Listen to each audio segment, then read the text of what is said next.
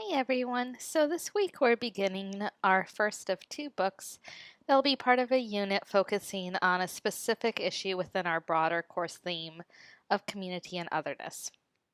And that issue is experiences of African Americans throughout the 19th and 20th centuries. The first book that we'll be reading is Frederick Douglass's Narrative of the Life of Frederick Douglass. And next week we'll start reading Octavia Butler's Kindred.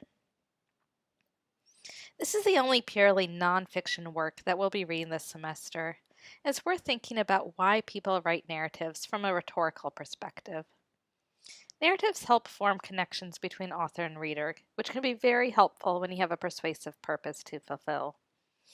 There's a reason why so many big deals happen in businesses, over dinner, golf games, sporting events. Part of it is that, sure, people like to do business with companies that treat them to fancy steak dinners, but another part of it is that it builds relationships. And people are a lot more likely to be persuaded to do business with someone with whom they're in a relationship than they are with a stranger. So, from a rhetorical standpoint, writers use narrative and often their own personal stories to help achieve a purpose.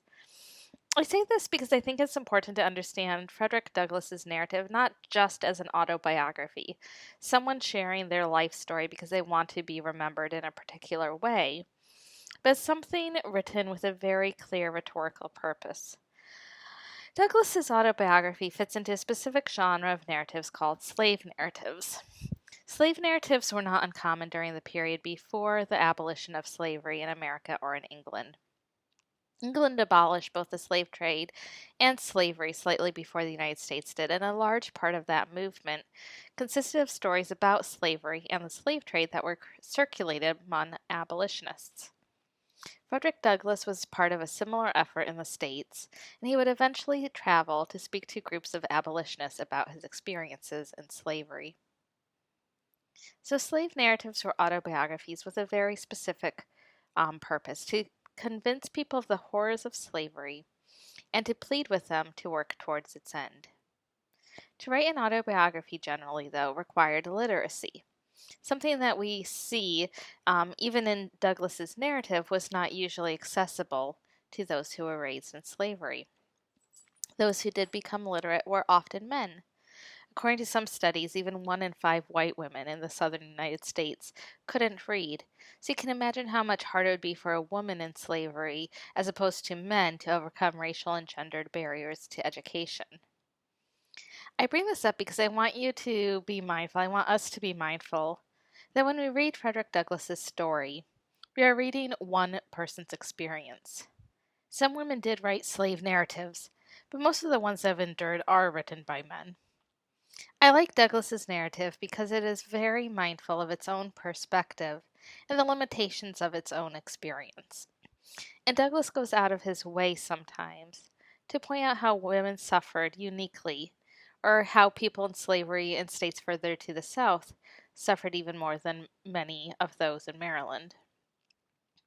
I think he does a really good job trying to tell the story of slavery from more perspectives than just his own. I know that for some students, these can be difficult or sensitive topics.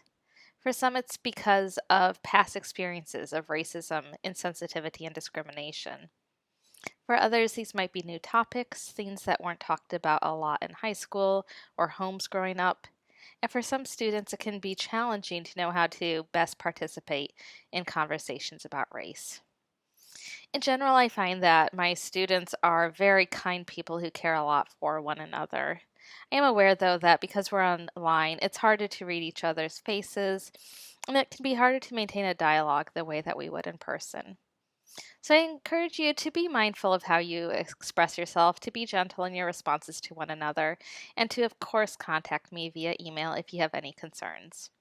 But I'm looking forward to reading what you have to share and really looking forward to chatting with you later on this week. Thanks. Bye.